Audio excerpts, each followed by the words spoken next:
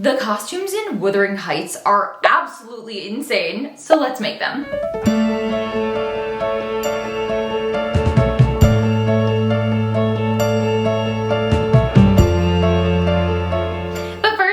My name is Mackenzie and welcome back to my YouTube channel where I take you on the behind the scenes of my latest cosplay project. So in today's video, we're going to be remaking Margot Robbie's look, or looks, depending on how much time I have, from Emerald Fennell's Wuthering Heights, which clearly also has heavy quotations on period piece and historically accurate when it comes to the costuming, which were designed by Jacqueline Duran, who I have made several of her looks before because she was the costume designer for Barbie and I made all of these cosplays from that movie. And before we get started, I want to say that I actually did read the book because the trailer looked insane and I was like, this book was written in 1847. What do you mean it's so spicy? It's definitely going to be a toxic romance and not something to aspire to, but I am locked in because these costumes look amazing and I love Margot and Jacob Elordi, so let's get into it. Per usual, I got my fabrics from Mood, whether it be online or at the actual store in New York City, and then I did have to get some on Etsy and I had some of my stash that I'm going to be using. In my ideal scenario, I have time to make 3 looks from this movie, these 3. So I have a ton of red cotton fabric. I also got this cotton voile, which you can see is pretty see-through, for the chemise underneath. I'll be making at least 1, if not 2 chemises. A lot of her outfits in this movie are made of latex, which I can't even use because I'm allergic to. And most importantly, our supplies for the actual corset. I got some red leather on Etsy. It's a 4 to 5 millimeter thickness because I wanted it to give structure without having to put boning channels in there. I very carefully patterned out the bodice before purchasing this because I want to be sparing with how much leather I have to buy, which means that I have to be extremely careful.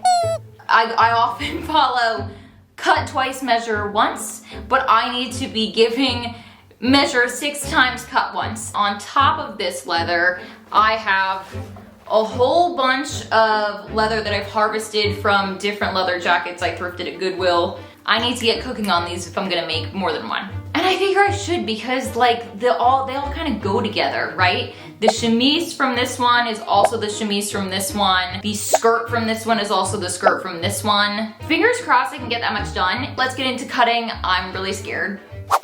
Okay, I have done so much math to try to figure out the pleats on this skirt. I'm gonna call it a 4-inch space in the front of the skirt is flat. And then there's about 6 groups of pleats on each side of the skirt. The amount of fabric that I need to fold to make those pleats is determined by how much fabric I'm using. So I did a bunch of math and I made a table. I need a pencil.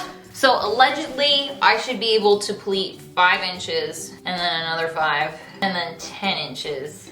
And then this is my visible 1. That's 1, 2, 3. Bigger one. Despite not truly understanding how this is gonna work, it's working. 10-to-1 ratio. Here's my chart. So now I'm gonna take 7 yards of this and crawl on the floor like Gollum and then just iron for like the rest of eternity. It's just problem after problem I feel like today. I thought it was 60 inches. It is 45. Luckily 45 is just long enough, but I cannot wear shoes with this. Why do I not like really think things through? Before I get into the pleating, I'm cutting off 1.5 yards of the fabric to save for later for a different bodice because we need the continuity of color in the red hue for all of these outfits. And I just get to pleating because the math was mathing and we're gonna trust the process. My pleats somehow ended up bigger than I measured. Shock. And I need all of that in the pleats. Like I need the volume. So maybe I'll bring the front in.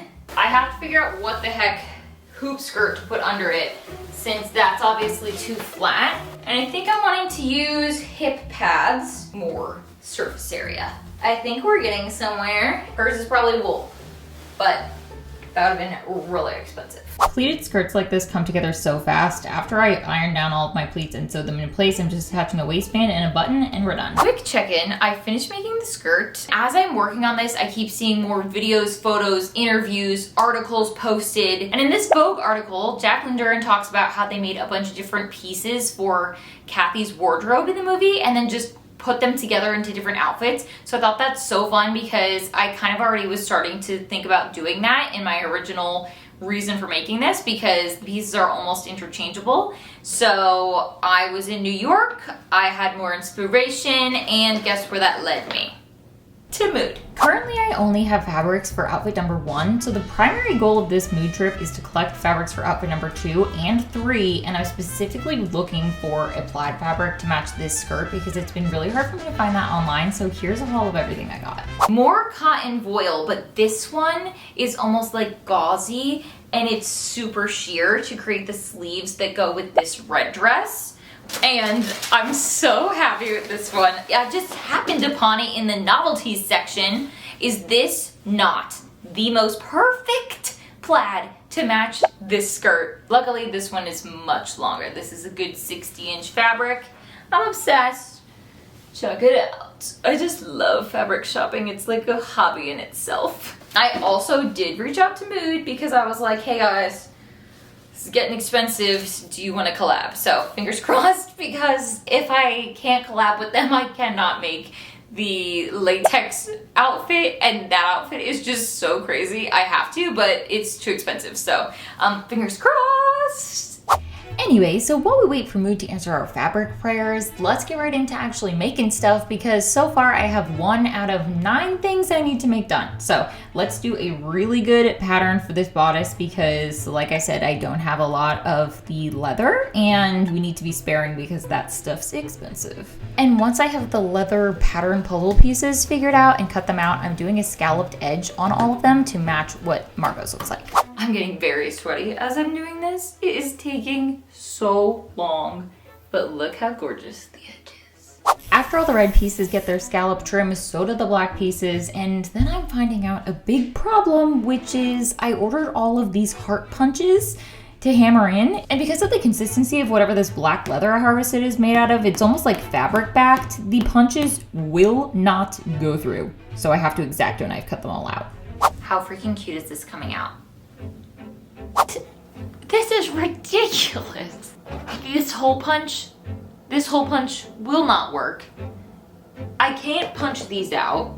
The only thing I can do is cut them with an X-Acto knife.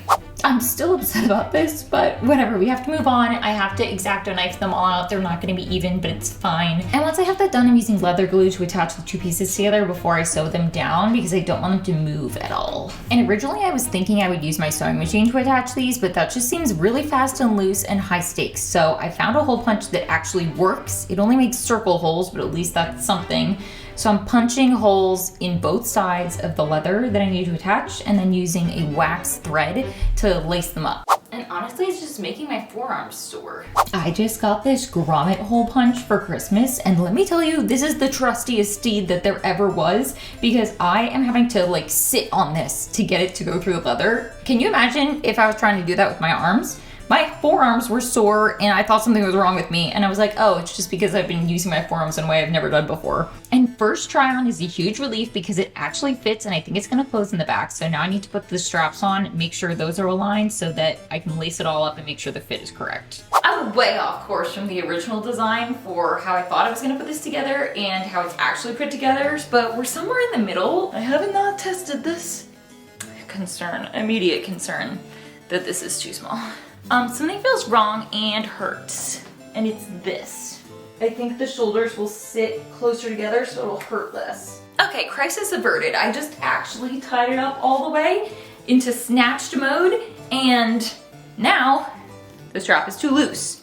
I don't even care that this is way not screen accurate. This is my favorite piece from the collection for sure. It's gorgeous. I keep talking about how I've gone off script with making this corset, and that's because I know for a fact the back does not have a lace up. I kept getting really confused because the quality of the reference pictures I had at the time of making this were driving me absolutely crazy, and I enlisted the help of my amazing friend Carmen Valentina, who has made something similar with a stomacher piece, which didn't know that existed until I talked to her. Because the reference pictures I found after I already punched all these holes out of the middle piece show that they're not actually holes, they're just little loopies that are attached to the sides, so that's an oops, but mine still works functionally, so whatever. It's fine, but it is not accurate at all. The point is that I'm able to get in and out of this thing and it still looks kind of right. The most confusing part after the construction is how are these laces put together, so you can see me doing it here. And here's an illustration that Carmen put together that helps you visualize what these strings are supposed to look like and how they're entering these holes. I thought the chemise was going to be the most simple, whip it together part of this costume, but alas, I have found the patterning to be harder for the chemise than it was for the super intricate corset. And so I took to Instagram and sent out my pleas for help. And luckily I had some amazing fellow cosplayers reach out with some very helpful information, and part of that being a keyword, which is Elizabethan. My solution is a bunch of rectangles and some triangles. I was having issues when this part was folded over to create a little channel for the string to go through to create the ruffles.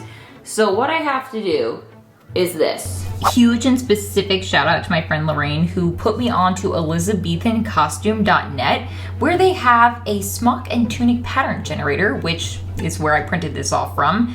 And I just put in the measurements for how big I think everything needs to be, and I'm just altering my shapes from here. Math is just amazing. Okay. I just attached 2 rectangles, one for the bodice and one for one of the sleeves. The corner is happening, like, who knew? Just geometry makes garments. Simple geometry, just squares and rectangles. I am going to just do this again. Maybe out of my funnel fabric, because this kind of worked. Getting right into cutting, one of the things I'm trying to do this year is spend less money on fabric and have less space taken up by the leftover fabric, because usually I buy way too much. So that means that I have to be really careful with how I place my pattern pieces. So that did dictate the size of the pieces I was able to make, but I think ultimately I made them too big anyways. Okay, the math is working. I know what you're thinking. That doesn't fit at all. The threading does so much of the heavy lifting on making this thing actually fit. It's crazy, but it works so well. It's so ruffly, and then I'm just doing a little pleat on the edges because it was way too poofy, and hers has that. My ruffles are in, and I just sewed down these little like mini pleats here, mini darts, and I think they look so cute. I mean, the fit is good. It's so rectangle. The length is whatever. This is it's kind of giving Ebenezer Scrooge. What do you think? Hold on. This is sort of what I think I'm serving right now. Anyways, back to the program. This chemise is done once we pleat down the arms and add a little tie.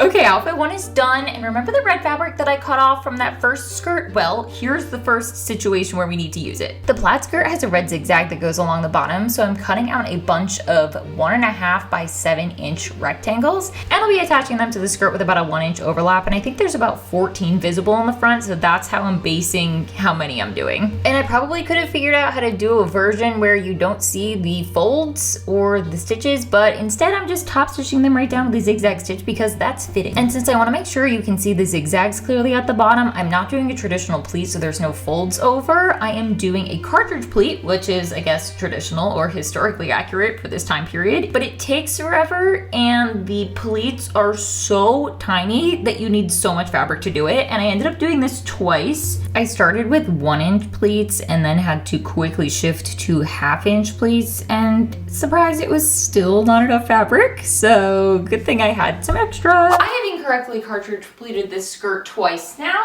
My issue is that when I pull all of the pleats tight, I'm not getting a whole lot of coverage. Yeah, so my whole skirt just pleats down to this.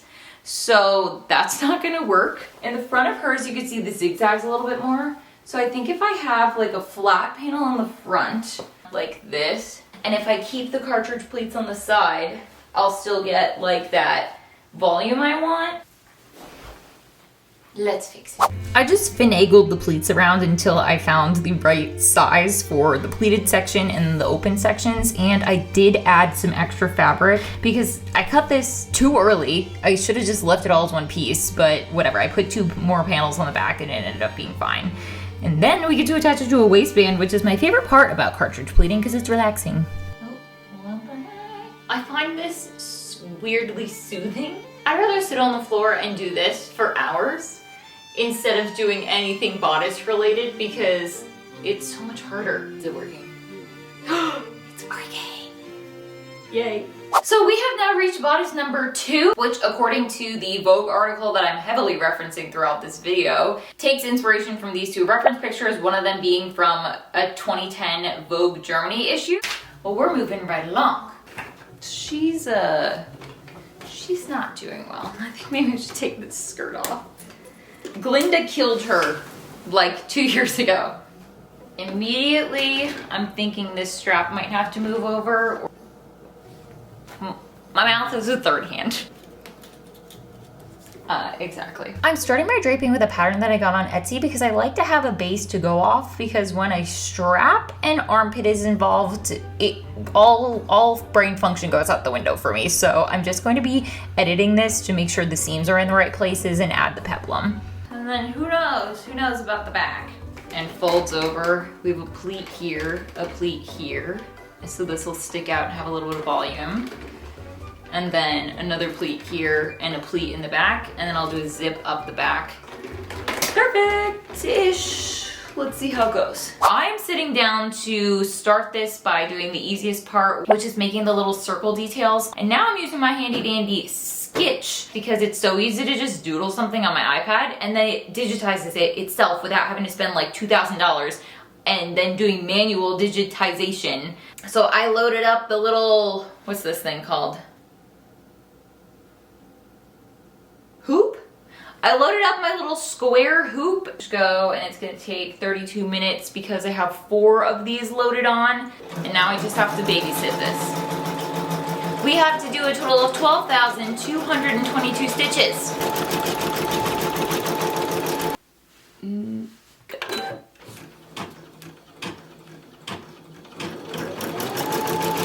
Okay guys, we need to have kind of a state of the union.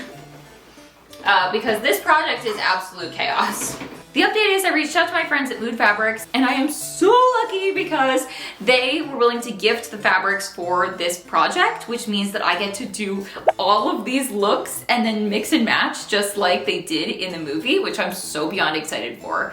But that means that I'm waiting for a couple more fabrics to come in the mail, because without their partnership, I would not have been able to afford those. I have to make one more chemise, and then I'll be done and actually do the fabric for that. So that's what we're gonna work on next. Let's get cutting.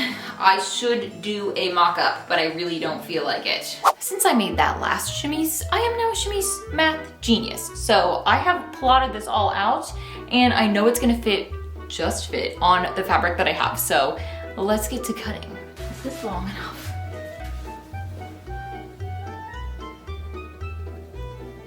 Yes. Again, because these pieces are so big and they need to be gathered, it's kind of hard to show you how it's actually being assembled. So here's a drawing of what the pieces look like and the shapes and how they need to come together. Okay, I just whipped this up. My question is, should I cut a rounded neckline? And then if it looks bad, I can always make that the back. Wow. Look at that good posture. The biggest difference from this chemise is that it has full-length sleeves, cuffs that go up the bottom of the sleeves, and it doesn't have ruffles and way less gathering. Mood overnighted me this very long package. That must have been quite an ordeal to ship.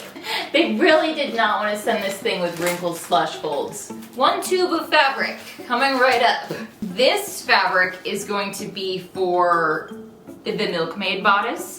And I'm gonna make another version of the red skirt I already made out of this because this has so much more like visual interest. I ordered the red latex fabric and then I was like, wait, what if it's like a liquid satin? I was worried because I was like, oh, that's not gonna like move. Look at how hers flows in the wind.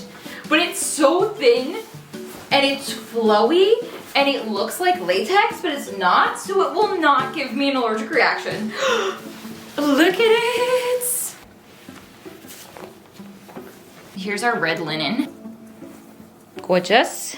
And I also got some buttons for my chemise and some trim for the top of the Milkmaid bodice. Color theory is like insane because if I put this up against a different color, it looks completely different to me. Here's what it looks like with the circle. I think I'm going insane. Do you see that, or am I making that up? See, now it looks burgundy, which is what I want. I was just having intrusive thoughts of sticking all 10 yards of this into my washer and putting in some Rit dye.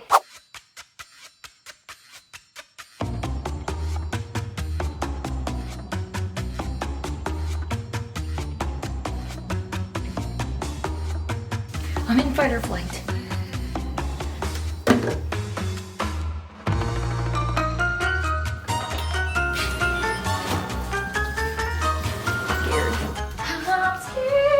It looks the same and not dyed well. Was I supposed to pre-fill it?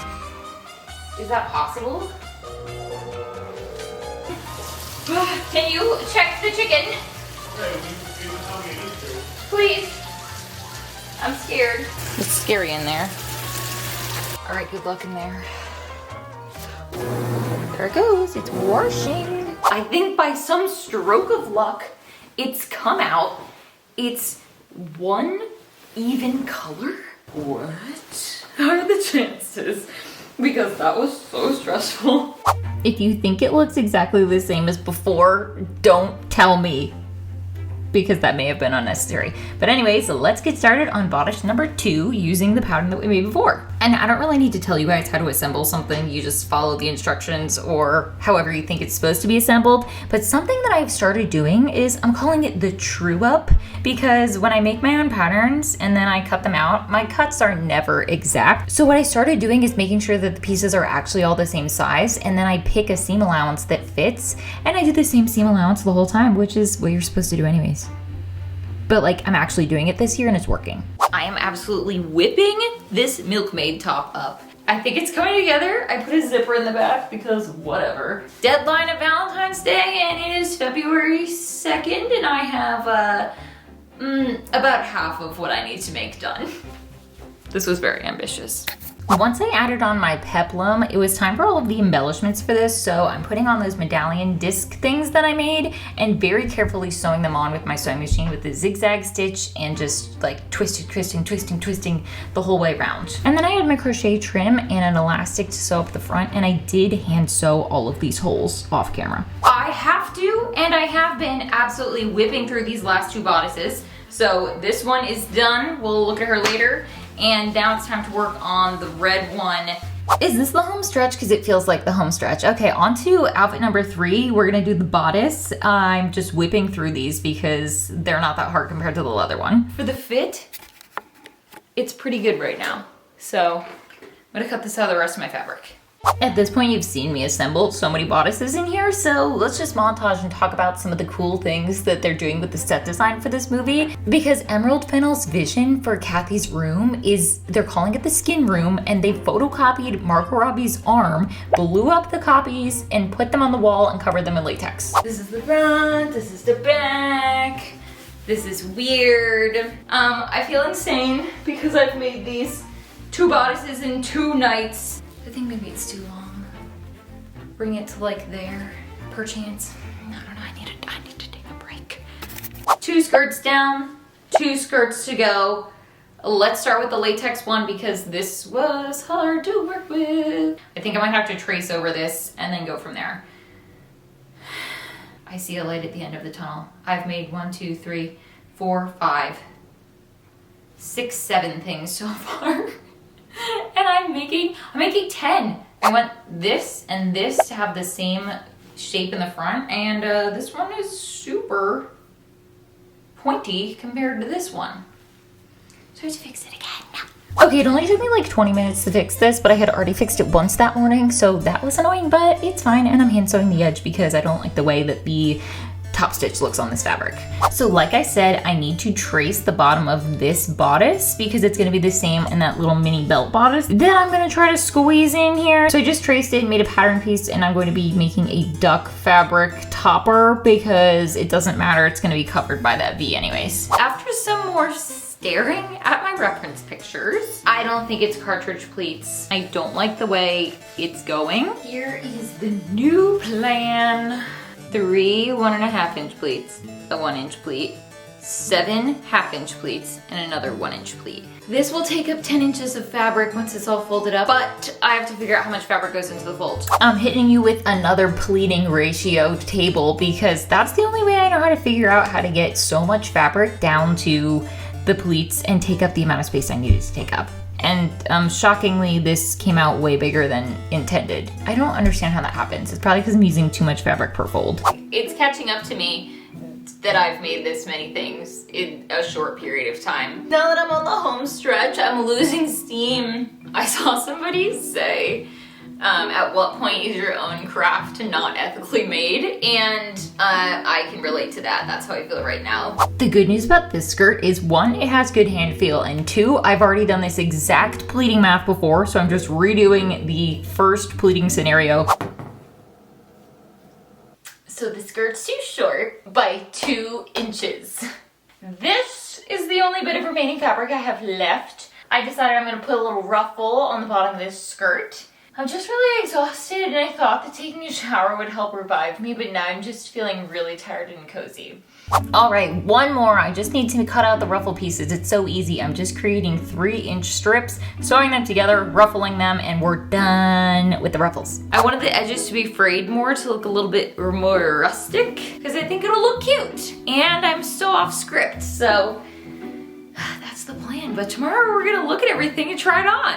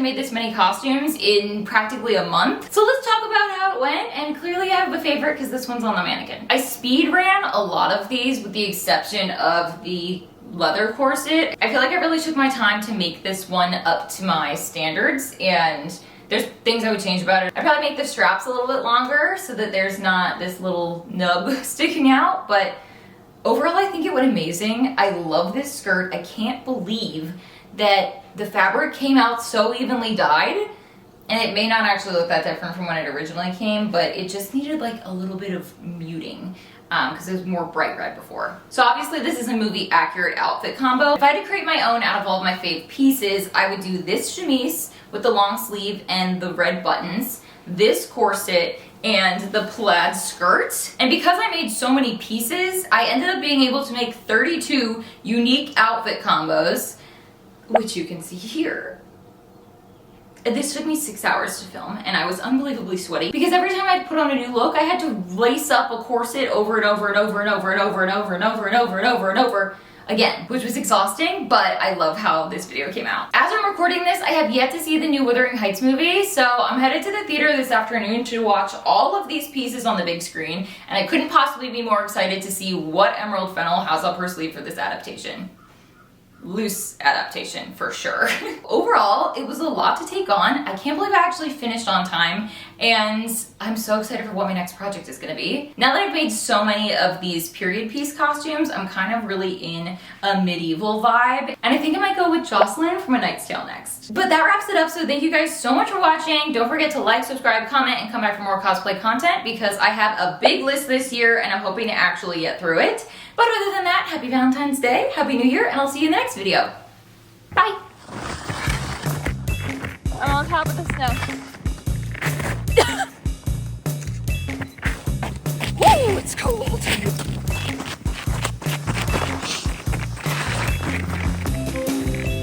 Come on, boots.